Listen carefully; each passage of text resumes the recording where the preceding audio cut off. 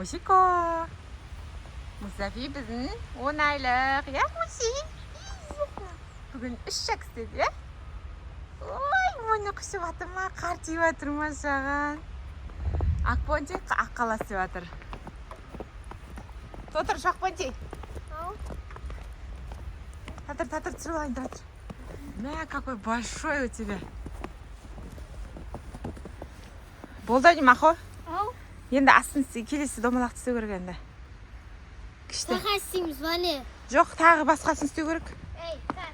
Күшті қар жауып тұр бізде. Көрініп тұр ма, көрінбей тұр ма? Иво ана жерде тырысып, ренжіп жүр.